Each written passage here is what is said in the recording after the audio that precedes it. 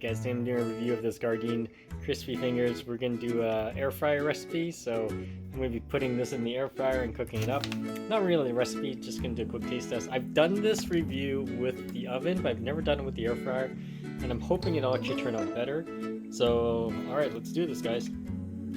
So this is what the back of the package looks like. If you guys want to read it, pause the video. There's a nutrient panel, and all right, so that's what they look like.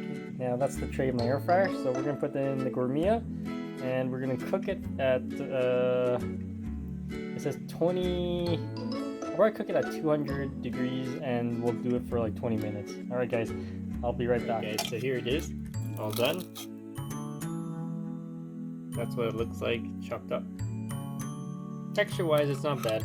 It's crispier on the air fryer, less dry.